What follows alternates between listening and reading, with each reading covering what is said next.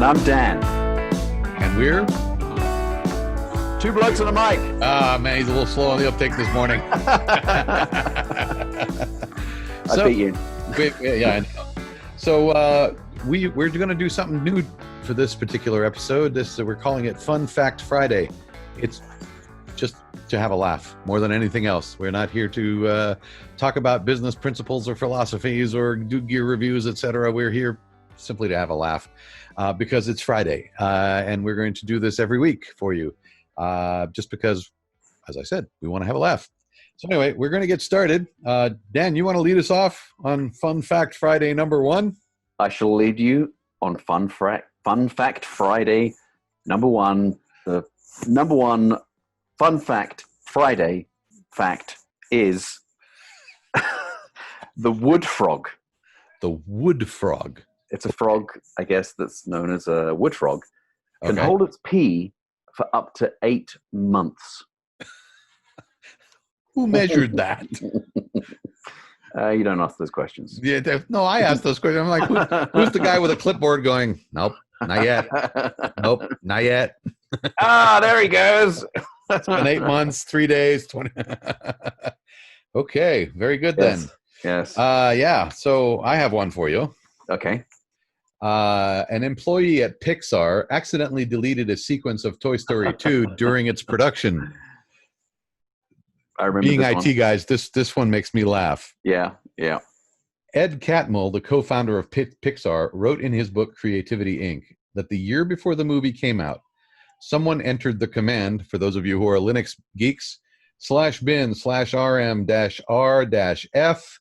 star, and hit enter on the drive where the files were saved, and scenes started to be deleted. It would have taken a year to recreate what was deleted, but luckily another employee had a backup of the entire film on her laptop at home. Backups are important, folks. Well, Let me just say that. Yeah, there's no question that backups are important, and being able to do disaster recovery is important, and smacking the crap out of the kid who typed that in is also very important. But a company the size of Pixar and their only backup of a major feature film is somebody's laptop at home? Is nobody minding the store over there at Pixar? Pixar, if you watch this, give us a call. Reach out. We'll help you with this backup thingy. Honestly. So yeah, don't give everybody the root password, and do not teach them /bin/rf-r-f star, because they will mess you up. Yes. All right, moving on. You're up. Moving on.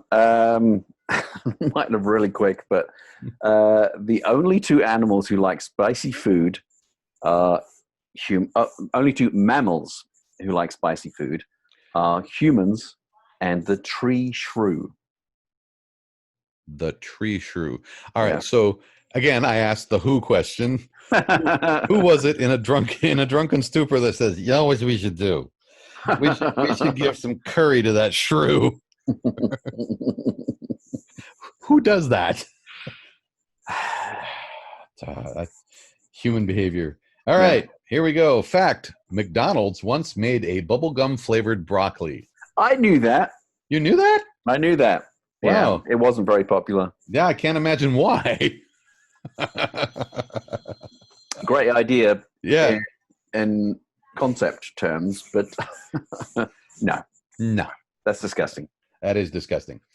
All right, moving on up. Here is All right. something for today's times. Did Yes. you know that copper doorknobs are self-disinfecting? Yes. Yeah, that actually makes sense. Yes. Get copper doorknobs. Copper everyone. doorknobs, and they'll turn an interest. They'll stay nice and shiny as people touch them. They will never achieve that greenish patina. Yeah. No, that I knew that. Why did I know that? This is also a business opportunity for everyone out there. I But think it is. So here's a fun fact for those of you who have Samsung phones. Look at your phone now. Look closely. Samsung tests phones for durability with a butt-shaped robot.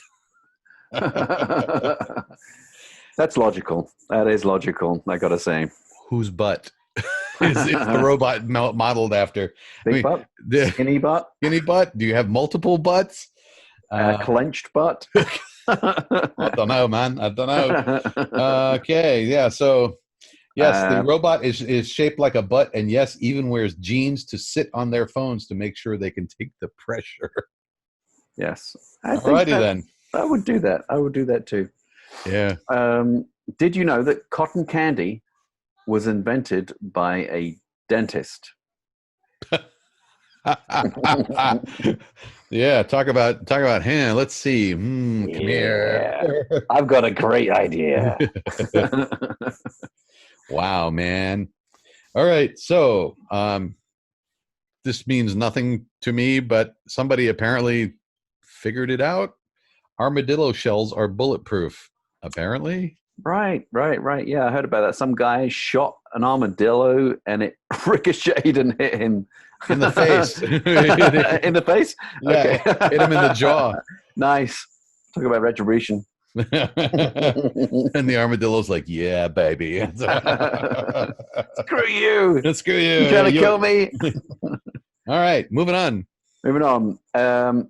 Marie Curie is the only person to earn a Nobel Prize in 2 different sciences. Physics in 1903 and chemistry in 1911. Booyah! Wow. Booyah. Yeah. Yeah. And as we go on and study history, we find more and more women were involved with all the things we take for granted. It boils my blood. I've seen so many different times in history where a woman came up with a great invention and a male colleague basically took the credit for it. Took the credit and gets all the fame and she's like forgotten. I have 2 daughters and it boils my blood. Pisses you right the hell off, doesn't it? It does. It does. Yes. Yeah. I mean, we went to the moon and back because of women who were doing the calculation. Right. For, angle of trajectory, enough force required to exit the atmosphere, etc. And they said nothing about it until just recently. Right. And I think they finally named a building after one of them now. Yes. They have. But it's been 40, 50 years? Yeah.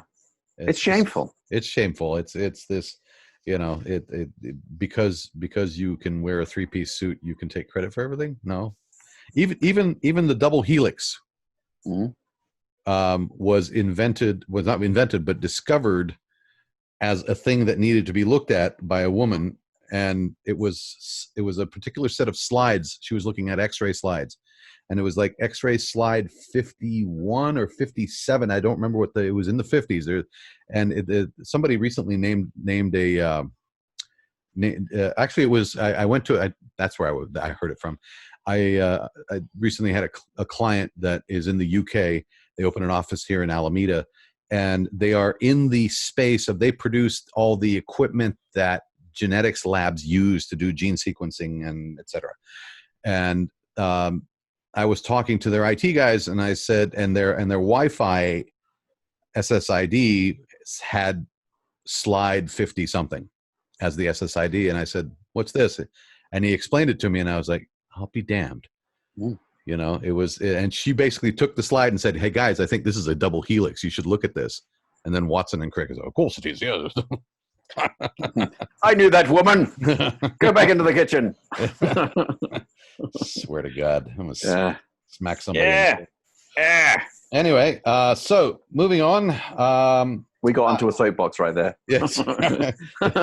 So if you step on a soapbox, is it still a rabbit hole? Never mind. Moving on. Here's one for you. For those of you who are Disney files, most Disney characters wear gloves to keep animation simple. Right. Walt Disney might have been the first to put gloves on his characters, as seen in 1929's Opry House, starring Mickey Mouse. In addition to being easier to animate, there's another reason Disney opted for gloves. We didn't want him to have little mouse hands because he was supposed to be more human. Okay. So there you go. Moving There on. you go. Moving on quickly. May 29th. Uh-huh. This is a day that you need to put on your calendar. Okay. I didn't know this, and I'm sure nobody else does either. But May 29th is officially Put a Pillow in Your Fridge Day. I'm sorry, what?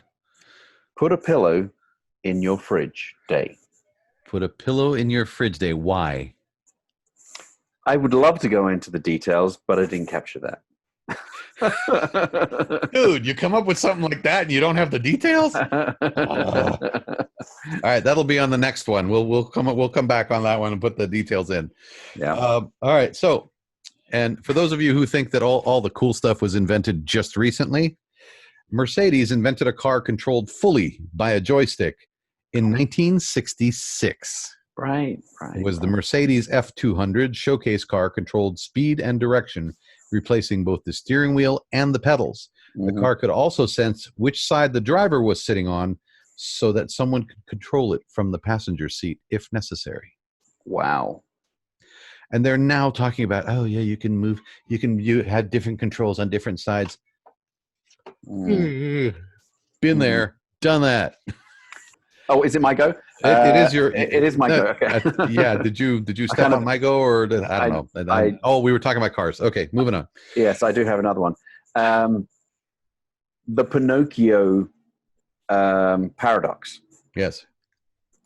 If Pinocchio says, "My nose will grow now," it will cause a paradox. Think about it. Well, no, he's telling. Oh, because it's Well, is that really? Well, my nose will grow now.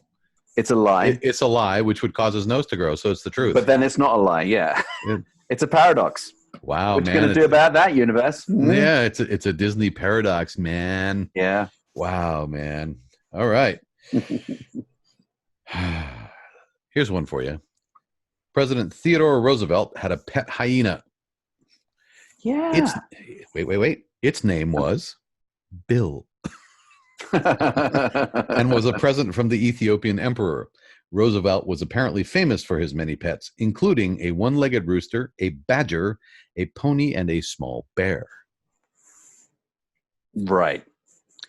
So do they get their own Secret Service detail? Next. Interesting. So I don't know if you guys saw this in the news, but they discovered time crystals. This was maybe like 2 years ago. Time crystals. I've heard of meth crystals. That's up in the Santa Cruz Mountains, but right. Not to be confused with meth crystals. Yes. These won't rot your teeth out. Okay, go on. They have now, for the first time, controlled the interaction of time crystals. The existence of time crystals, particularly, which was particularly fascinating. They found it. It's a particularly fascinating state of matter. Was only confirmed a couple of years ago. The physicists have already made a pretty major breakthrough, and they've induced and observed an interaction between two time crystals. I would go into details, but it means I've got to read off a gigantic web page. Okay, so that's going to be a whole different episode in and of itself on a different channel. Yes.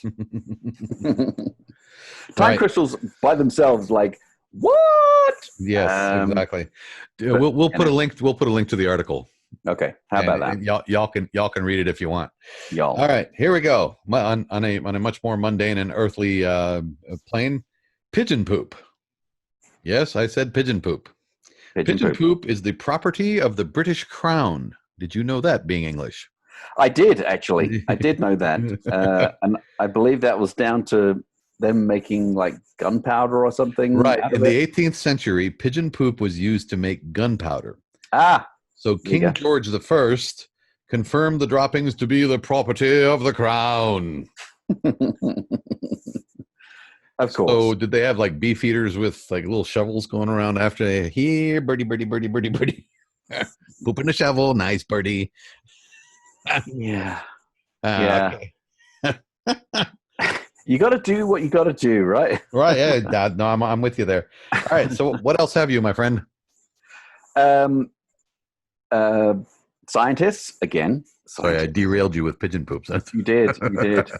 Have just replicated pressures found on white dwarfs in a lab. Wow. Yeah.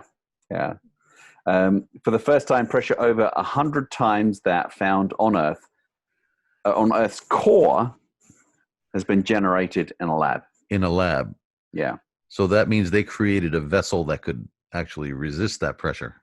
It's actually 450 megabars, which means 450 million times atmospheres. Yes. Earth's atmosphere at sea pressure level. Wow. Yeah, let's have fun creating that vessel to contain. Yeah. That So here's the thing: if that vessel gives, the release of kinetic energy would be devastating for a very wide area. Yep.